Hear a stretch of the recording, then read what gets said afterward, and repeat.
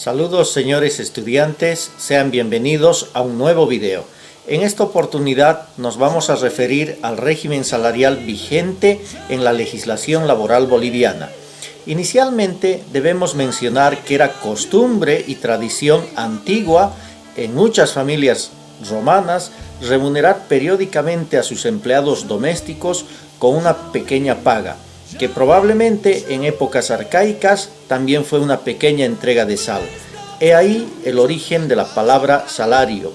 Por otro lado, la paga de un soldado en épocas romano tardías se denominaba solidata, pago en sólido, moneda de oro.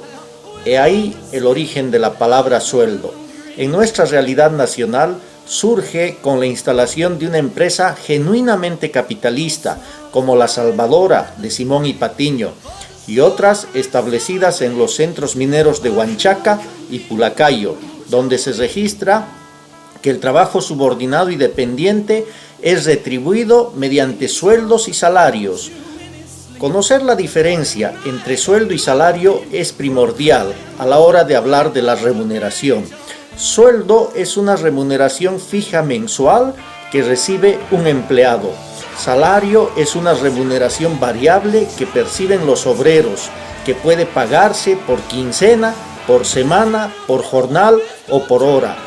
Más allá de la definición contenida en el artículo 52 de la Ley General del Trabajo, la OIT entiende que el término salario significa la remuneración o ganancia, sea cual fuere su denominación o método de cálculo, debida por un empleador a un trabajador, en virtud de un contrato de trabajo, escrito o verbal, por el trabajo que este último haya efectuado o debe efectuar.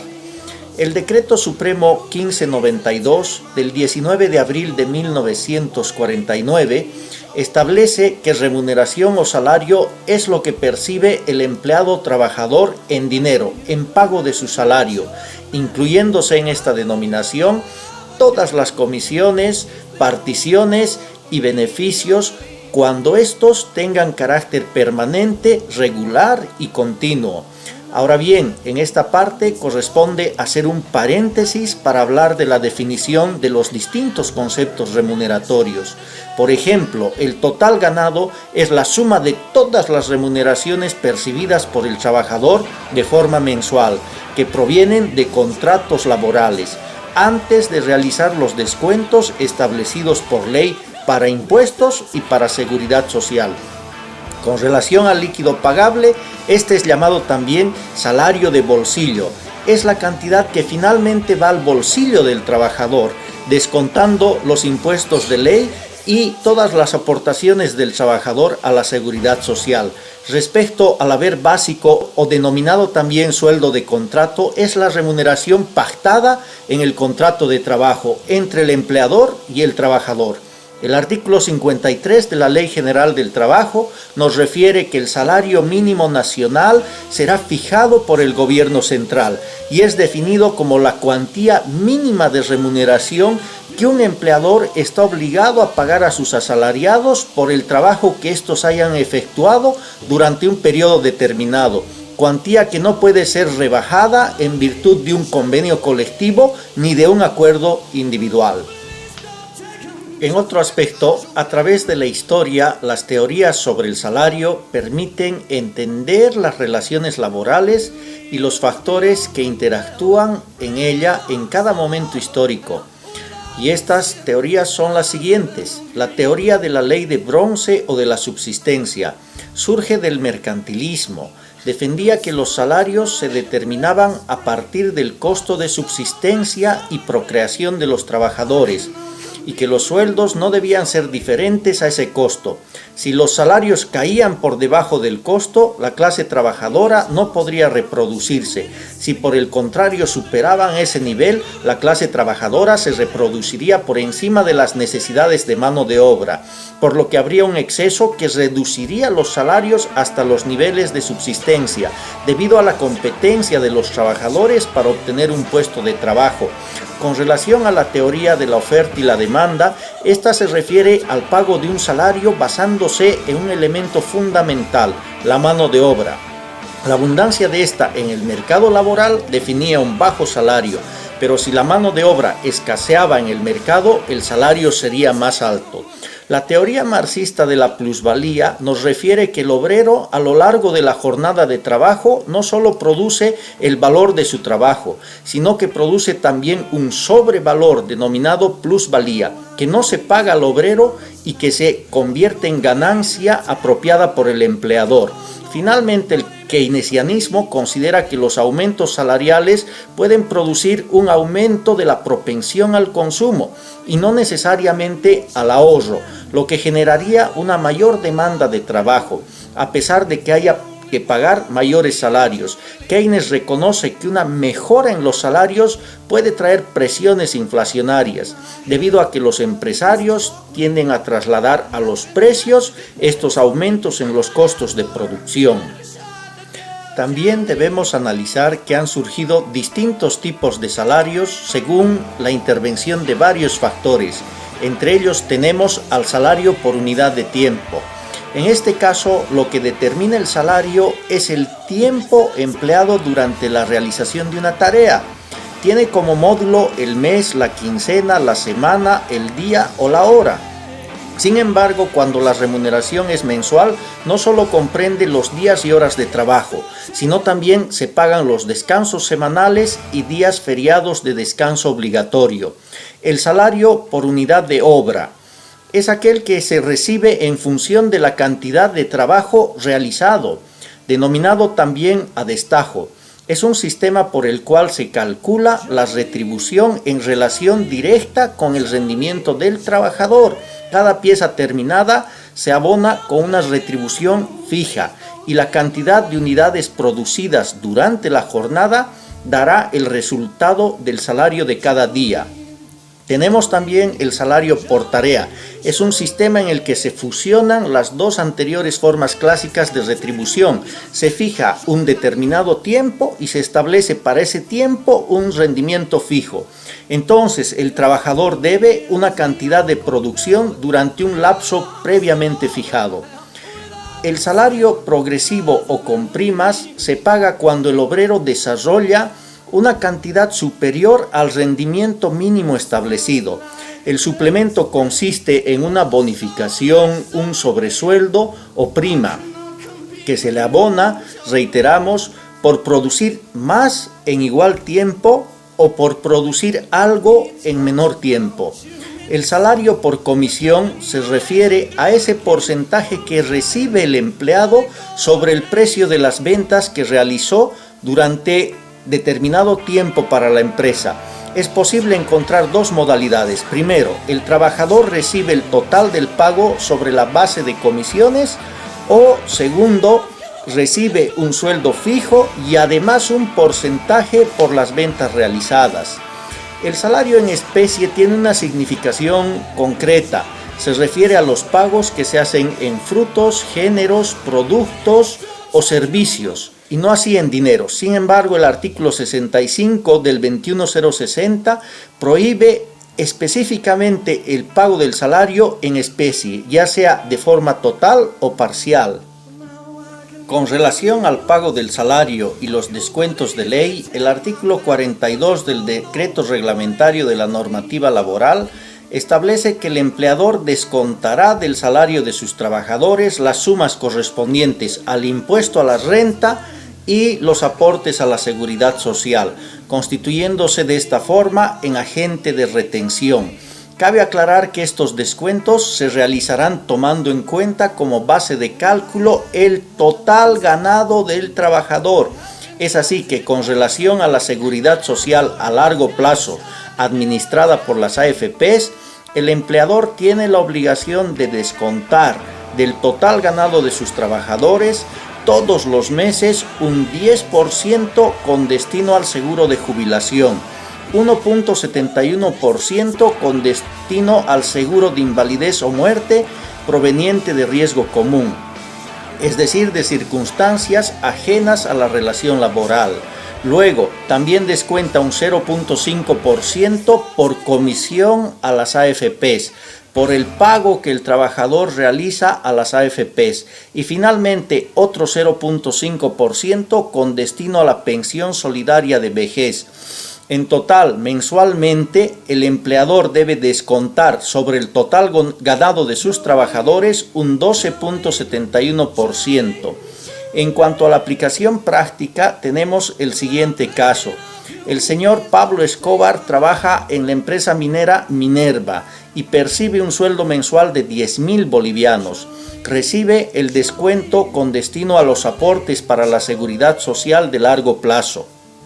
Entonces, se trata de determinar detalladamente los aportes que realiza y el monto total aportado a la seguridad social a largo plazo.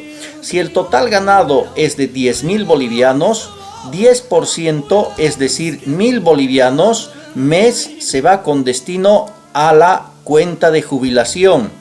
1.71% de los 10.000 bolivianos, es decir, 171 bolivianos, se va con destino a la prima de riesgo común. 0.5%, es decir, 50 bolivianos, se va con destino al pago por comisión a las AFPs. Y 0.5%, es decir, también 50 bolivianos, se va con destino a la pensión solidaria de vejez.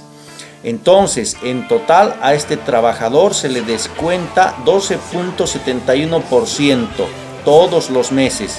Eso es, se le descuenta 1.271 bolivianos sobre su total ganado con destino a la seguridad social a largo plazo. Por otro lado, el RC-IVA es un impuesto complementario al IVA que grava el ingreso de las personas por su trabajo, como sueldos, salarios, jornales, sobresueldos, bonos, primas, premios, dietas, etc. Su alícuota es del 13% sobre la diferencia de los ingresos y las deducciones permitidas. Para evitar el descuento sobre este impuesto, el trabajador tiene que presentar el formulario 110 para dependientes, hasta máximo el 20 de cada mes. Presentar facturas con una antigüedad no mayor a 120 días, es decir, de hasta hace 4 meses atrás, debiendo las facturas estar a su nombre, salvo aquellas que sean de educación y servicios básicos que pueden estar a nombre de terceros. Con relación a la dimensión práctica del RC-IVA, tenemos que la fórmula de cálculo está expresada de la siguiente manera. El total ganado menos los aportes de ley, eso es, menos los aportes a la seguridad social, que en total es 12.71%, menos el equivalente a 4 salarios mínimos nacionales, por la base impositiva del RC-IVA, eso es 13%. Ahora bien, tenemos que el trabajador Fabricio Copa tiene un sueldo de 16.400 bolivianos. Se pide determinar cuánto será el descuento por concepto del RC-IVA y cuál el monto que debe presentar en facturas para evitar este descuento. Solución. El descuento al seguro a largo plazo es de 12.71%, es decir, 16.400 como total ganado. Por 12.71%, el descuento es 2.084.44 bolivianos para la seguridad social. El equivalente a 4 salarios mínimos nacionales, en la actualidad este se encuentra en 2.122 bolivianos, por 4, 8.488 bolivianos. Aplicando la fórmula corta, tenemos que total ganado 16.400 menos aportes a la seguridad social, es decir, menos 2.084.44, menos el equivalente a 4 salarios mínimos nacionales, es decir, 8.488 bolivianos, por la base impositiva el 13%. Una vez despejadas las operaciones que se encuentran en paréntesis, tenemos que el monto que debe reunir este trabajador en facturas para evitar el descuento es de 5.827.56 bolivianos. En caso de no presentar sus facturas, se le aplica la base impositiva sobre esta diferencia, es decir, por 13%. El descuento por concepto del RCIVA en caso de no presentar facturas es de 757.58 bolivianos. No menos importante es referirnos al aguinaldo de Navidad como parte de otro concepto remuneratorio. Tuvo su origen en los primeros tiempos del cristianismo y consistía en la distribución de regalos a los niños en conmemoración al nacimiento de Jesucristo. Sin embargo, a la fecha esta costumbre ha sido legalizada, llegando a convertirse en un derecho para el niño a través del padre trabajador y en una obligación legal para el empleador. El aguinaldo es considerado por la doctrina y la legislación universal como un sueldo adicional. Es considerado el 13º sueldo o sueldo complementario. Debe entenderse que es un derecho adquirido y no expectaticio. Por lo tanto, no está sujeto a variables o condicionantes de ninguna clase para su pago. Conceptualizamos el aguinaldo de Navidad como la obligación económica patronal de pagar anualmente a todo trabajador que tenga el mínimo legal de trabajo con un sueldo o salario promedio, haya o no ganancias en la empresa. Tiene como base normativa la ley del 18 de diciembre de 1944. Tienen derecho al pago del aguinaldo de Navidad todos los empleados que hayan sobrepasado más de 3 meses de antigüedad laboral y los obreros que hayan sobrepasado un mes calendario de tiempo de trabajo. En caso de retiro, el trabajador tiene derecho al aguinaldo en proporción al tiempo trabajado, es decir, al pago por duodécimas, siempre y cuando cumpla los requisitos legales para acceder al mismo.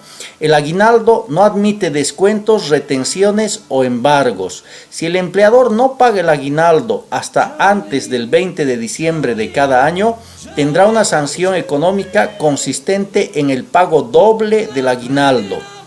Respecto a su cuantía, el monto es de un mes de sueldo o salario, siempre que tenga un año continuo de servicios. Para los que cuentan con menos de un año y más de 3 meses, en el caso de empleados, o un mes para obreros, se paga por duodécimas, es decir, en proporción al tiempo de trabajo. El pago se calcula por el promedio de sueldos o salarios de los últimos 3 meses anteriores a diciembre, es decir, por el promedio del salario percibido en los meses de septiembre, octubre y noviembre, o de los últimos 90 días de trabajo. Debe mencionarse también que el aguinaldo de Navidad está excluido del impuesto al valor agregado, por lo tanto no se realiza ningún descuento por este concepto. Debemos mencionar también que el Decreto Supremo 1802 del 20 de noviembre del año 2013 instituyó el pago del segundo aguinaldo denominado esfuerzo por Bolivia. Este es un derecho expectaticio y no un derecho consolidado, porque está arreatado a una condición suspensiva relacionada al crecimiento del Producto Interno Bruto del país. Cuando esto supere el 4.5% corresponderá el pago. Entre tanto no lo haga, no corresponderá el pago. Con relación a la parte práctica, vamos a analizar 2 casos. El primero, cuando el trabajador ha prestado sus servicios por un año completo. Tenemos que Javier Lascano es un trabajador con una antigüedad de más de un año. Ha tenido las siguientes remuneraciones: en septiembre 2.200 bolivianos, octubre 2.250 y noviembre 2.350. La pregunta es, ¿cuánto se le pagará por concepto de aguinaldo de Navidad? Los pasos a seguir y la solución. Primero debemos obtener el promedio para el pago, es decir, 2.200 bolivianos más 2.250 más 2.350 suman en total 6.800. 6.800 dividido entre 3 nos da un promedio de remuneración mensual de 2.666 bolivianos. Entonces, esa suma se le pagará por concepto de aguinaldo de Navidad. En el segundo caso, analizamos cuando corresponde el pago del aguinaldo por fracción de tiempo trabajado o duodécimas. Caso práctico: Néstor Arroyo es un trabajador que ingresó a prestar sus servicios el 25 de julio de 2019 y tiene un sueldo de 3.000 bolivianos. ¿Cuánto se le pagará por concepto de aguinaldo de Navidad?